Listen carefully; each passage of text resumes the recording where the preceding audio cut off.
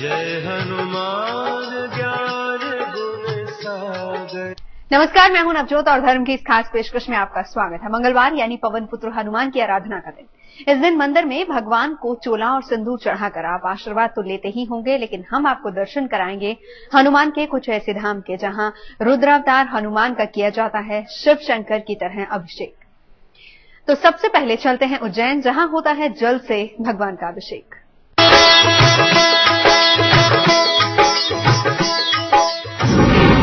एक हाथ में त्रिशूल, संत हितकारी, एक हाथ में गदा, विनय हमारी,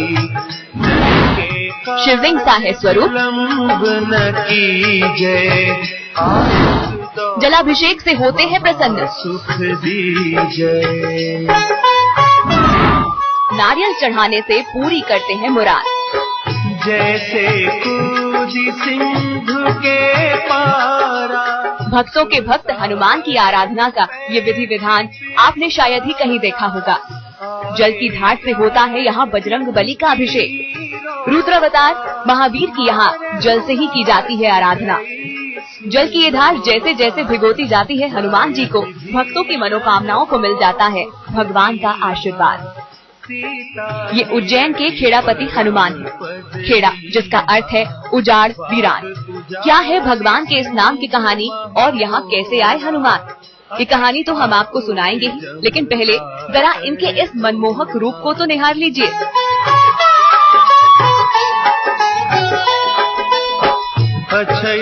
एक हाथ में त्रिशूल, एक हाथ में गदा, और इस सबसे अनूठा इनका सिर जो ऊपर से देखने पर शिवलिंग की तरह लगता है। यहाँ भगवान को प्रसन्न करने के लिए चढ़ाना होता है श्रीफल यानी नारियल।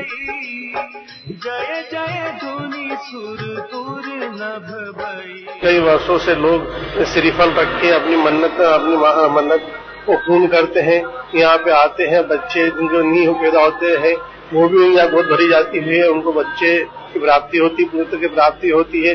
और यहाँ बच्चों के पढ़ाई के लिए विशेष तौर से आते हैं। यहाँ श्रीफल की मन्नत रख के अपनी मन्नत को पूर्ण करते हैं दर्शनार्थी। कहते हैं कि यहाँ सालों पहले नारियल चढ़ाने से एक भक्त की संतान की आस पूरी हो गई थी। तभी से यहाँ नारियल चढ़ाने की परंपरा की नींव पड़ गई। यहाँ आने वाले भक्त ये मानते हैं कि नारियल चढ़ाने से हर प्रकार की प्रार्थना हनुमान जी सुन लेते हैं, चाहे संतान की इच्छा हो या नौकरी की आस, व्यापार में आने वाली मुश्किलें हटानी हो या फिर सफलता की हो दरकार। एक श्रीफल चढ़ाने से हर इच्छा हो जाती है पूरी। हाँ, हनुमान जी के मंदिर में जो भी मानते हैं पूरी होती है। यहाँ पे मैंने मानी थी, तो ये मेरा बेटा हुआ है यहाँ की मानसी। मैं बचपन से यहाँ पर मंदिर में आ रही हूँ। मेरा भाई भी आता रहा है, उसका MBA में सिलेक्शन हो गया है अच्छे परसेंट से। और मेरे भी प्राइम में आगे भगवान से मैं जब भी भगवान से जो भी कुछ भी मांगा है, भगवान ने हमेशा वो दिया है। सच्चे मन से सिर्फ याद करने से ही भगवान ने मेरी सारी इच्छा पूर्ण की है। सालों पहले यहाँ आबादी का नामो निशान नहीं था। वीराने में होने की वजह से भक्त यहाँ बजरंग बली को खेड़ापति के नाम से पुकारने लगे। इस मंदिर की सबसे अनोखी बात है कि यहाँ भगवान का किया जाता है जलाभिषेक। जी हाँ, शिव मंदिरों की तरह यहाँ सुबह सवेरे महावीर का जल से अभिषेक कर उनका सिंदूर और चांदी के वर्क से श्रृंगार किया जाता है और फिर भक्तों को दर्शन देते हैं भगवान। कहते हैं कि रुद्रावतार होने की वजह से यहाँ हनुमान जी का जलाभिषेक किया जाता है। हर रोज सुबह और शाम उतारी जाती है महावीर की आरती और फिर नगाड़ों और तालियों से पूरा मंदिर गूंज उठता है। भक्त पूरी तरह से मग्न हो जाते हैं बजरंग बली की आराधना में। पूजा के बाद भक्तों को बांटा जाता है चने और चिरौंजी का प्रसाद, जिसे पाकर बजरंग बली के भक्त फूले नहीं समाते। उज्जैन से संदीप कुलश्रेष्ठ के साथ आज तक ब्यूरो। और अब आपको लिए चलते हैं मथुरा, जहां दर्शन देते हैं घाटी वाले हनुमान जो दूध चढ़ाने से होते हैं प्रसन्न। कहते हैं जिसने भी यहाँ आकर दूध से बजरंगबली का अभिषेक कर मांग लिया पवन पुत्र से आशीर्वाद, उसकी मनोकामना पूरी होते देर नहीं लगती। बढ़ेगी वंश की बेल, अंगना में गूंजेंगे नन्हे बोल। 5 मंगलवार में पूरी संतान की कामना, मंगल मूर्ति राम दुलारे। जब महावीर देंगे आशीष अपना तेरे द्वारे हे बजरंग बली हनुमान। जहाँ भक्ति होती है वहाँ होती है अटूट श्रद्धा और विश्वास, और यही विश्वास भक्तों को खींच लाता है हनुमान के दरबार।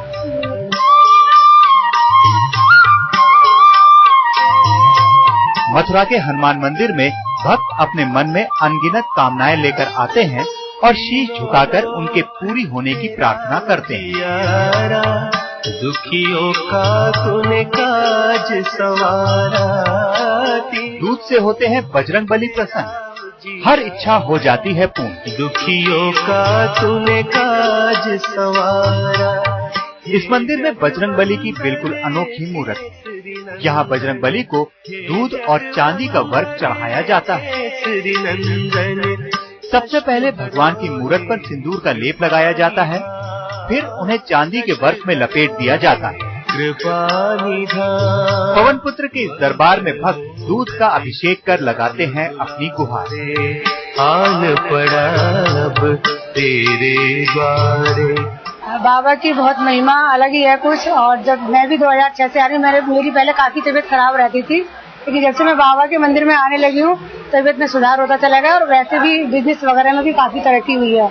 और यहाँ की मान्यता है कि यदि बाबा के दरबार में 5 मंगलवार को घी का दीपक लगातार जलाएं तो उसे जरूर ही पुत्र की प्राप्ति होती है। मथुरा में हनुमान को घाटी वाले हनुमान के नाम से भी जाना जाता है। कहते हैं यहाँ आने के बाद फिर किसी और दर पर जाने की जरूरत नहीं रह जाती। हर तरफ से निराश मन को यहाँ मिलता है आसरा और उम्मीद का सहारा। और इस बाबा घाटी वाले बाबा के मंदिर में नए कितने ही हजारों लोगों के संकट काटे जाते हैं। बड़े बड़े दूर से यहाँ यात्री आते हैं, श्रद्धालु भक्त आते हैं और बाबा की महिमा के लिए जो विशाल 56 भोग के दर्शन हनुमान जयंती के दिन लगते हैं। और किस मथुरा शहर में किसी भी हनुमान मंदिर पर पंचामृत अभिषेक नहीं होता है जो यहाँ घाटी वाले बाबा के मंदिर में होता है। वंश बढ़ाने वाले हनुमान, उन भक्तों के लिए तो बजरंग बली संजीवनी की तरह काम करते हैं जिनके वंश की बेल नहीं बढ़ रही या जिनके आंगन से नन्हे मुन्ने की किलकारियां रूठी हुई हैं। ये मान्यता है कि लगातार 5 मंगलवार या शनिवार को यदि बजरंग बली की पूजा कर ली जाए तो भक्तों की झोली भरते देर नहीं लगती। तो यहाँ सब लोग भक्त आते हैं अपनी अपनी मान्यताएं लेके, और अब तक की जो मान्यता रही है यहाँ की कि जैसे कोई भी भक्त 5 मंगलवार प्रसाद और पुष्प बाबा को अर्पित करता है तो उसकी मनोकामना पूरी होती है। जिसके संतान नहीं होती है उसको संतान प्राप्ति होती है। मथुरा के गुजर घाटी में स्थित हनुमान की ये मूर्ति स्वयंभू है। कहते हैं करीब 350 साल पहले हनुमान जी ने सेठ गुजरमल को सपना देकर उन्हें जमीन की खुदाई करने का आदेश दिया। बताई गई जगह पर जब खुदाई कराई गई तो हनुमान जी की ये प्रतिमा निकली और फिर उसी स्थान पर मंदिर का निर्माण कराया गया। गुजर घाटी में होने की वजह से इनको घाटी वाले हनुमान के नाम से जाना जाने लगा। हे बजरंग बली हनुमान। भक्त घाटी वाले हनुमान को मेहंदीपुर बालाजी के बड़े भाई के रूप में पूजते हैं। मेहंदीपुर बालाजी में हनुमान के बाल रूप के दर्शन होते हैं तो घाटी वाले हनुमान में उनके व्यस्क रूप के।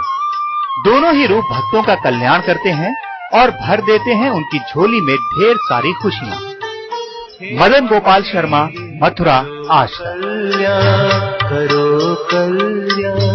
कैसे करें बजरंगबली को तेल से प्रसन्न, क्या है पूजा का विधि विधान, आइए जानते हैं। तेल से होते हैं बजरंग बली प्रसन्न।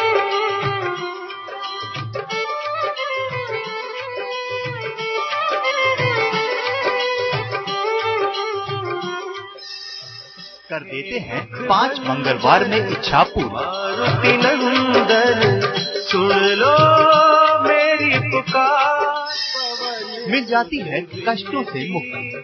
बारंबार पवन सुत विनती बारंबार। हे दुख भंजन मारुति नंदन सुन लो मेरी पुकार, पवन सुत विनती। तेल चढ़ाकर मांगा जाता है बजरंग बली से आशीर्वाद, की जाती है मंगल कामना और अर्पित किया जाता है सिंदूर का प्रसाद। अष्ट सिद्धि नव निधि के दाता, अष्ट सिद्धि नव निधि के दाता। आप हैरान हो रहे होंगे कि सिंदूर प्रिय हनुमान की आराधना का ये कैसा तरीका है। बजरंगबली को क्यों चढ़ाया जाता है तेल? ये तो सूर्यपुत्र शनिदेव का प्रिय चढ़ावा है। काज सवारे सिया राम के काज सवारे, मेरा कर उद्धार पवन सुत विनती बारंबार। कहते हैं लक्ष्मण के इलाज के लिए जब हनुमान संजीवनी पर्वत उठाकर ला रहे थे तो भरत ने शत्रु समझकर उन पर तीर चला दिया।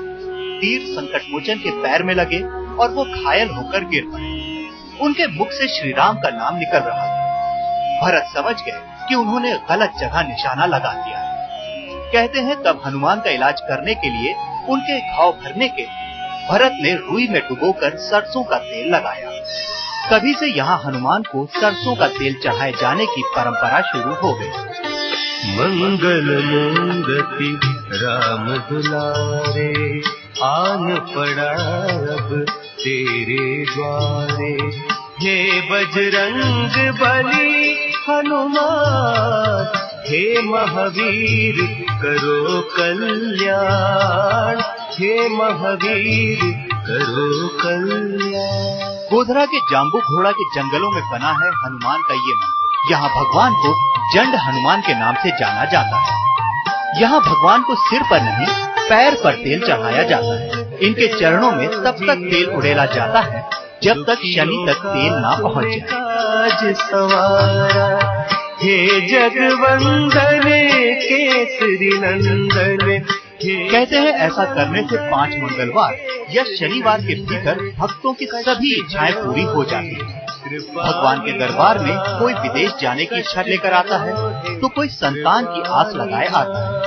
संकट मोचन सभी की सुनते हैं और खुशियों से झोली भर देते हैं। हनुमान जी की मान्यता रखी थी हमने पहले कि अच्छी तरह से बच्चे आ जाएंगे। ट्विंस का पहले रिपोर्ट आया था, देख के फिर थोड़ा कंफ्यूज भी थे, पर यहाँ पे मान्यता रखी थी। ये पूरे भारत में सबसे बड़ी मूर्ति है और हम पहले भी 2-3 बार आ चुके हैं। तभी ऐसा मन में सोचा था कि हम आ जाएंगे। ऐसा है तो दोनों बच्चे मस्त आ गए, उनकी तबीयत भी तीनों की अच्छी थी, इसलिए हम यहाँ पे आ गए।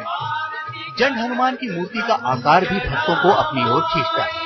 ये प्रतिमा 21 फीट लंबी है और एक ही पत्थर से बनी हुई है। हनुमान के अद्भुत रूप के दर्शन के लिए यहाँ हर हफ्ते गुजरात, राजस्थान और महाराष्ट्र से लाखों भक्त आते हैं और पूजा के बाद लाल बंदरों को खाना खिलाते हैं। कहते हैं ऐसा करने से संकट मोचन का आशीर्वाद भक्तों पर सदा बना रहता है। शार्दुल कच्चर, जाम्बू घोड़ा, गोधरा, आशा। रुद्रावतार हनुमान को प्रसन्न करना है बेहद आसान। कहीं दूध, कहीं तेल से तो कहीं भांग चढ़ाने भर से हनुमान देते हैं अपना आशीर्वाद। जी हाँ, चित्रकूट के डूबे हनुमान भांग चढ़ाने से देते हैं मनचाहा वरदान। जय हनुमान ज्ञान गुण सागर, जय कपीस तिहु लोक उजागर। जब घुटती है भांग तब मिलता है बजरंगबली का आशीर्वाद। वो आशीर्वाद जो भक्तों की झोली भर देता है, मन प्रसन्न कर देता है, जीवन में आनंद भर देता है। आप सोच रहे होंगे कि भला सिंदूरी हनुमान को ये कैसा प्रसाद अर्पित किया जा रहा है। ये तो औघड़दानी का प्रिय चढ़ावा है, इसका हनुमान से क्या वास्ता है। सुमति के कंगी कंचन बरन विराज, भांग ठंडाई का प्रसाद, बजरंग बली देते हैं बुद्धि का वरदान। इस सवाल का जवाब भी संकट मोचन के इसी मंदिर में छिपा है, जिसकी कहानी हम आपको सुनाएंगे। लेकिन पहले बताते हैं कि भांग का प्रसाद किस तरह से भक्तों की समस्त मनोकामनाएं पूरी कर देता है। कहते हैं भांग चढ़ाने से वैसे तो भक्तों की सभी इच्छाएं पूरी हो जाती हैं, लेकिन बुद्धि तेज होने का यहाँ खास तौर पर भगवान देते हैं वरदान।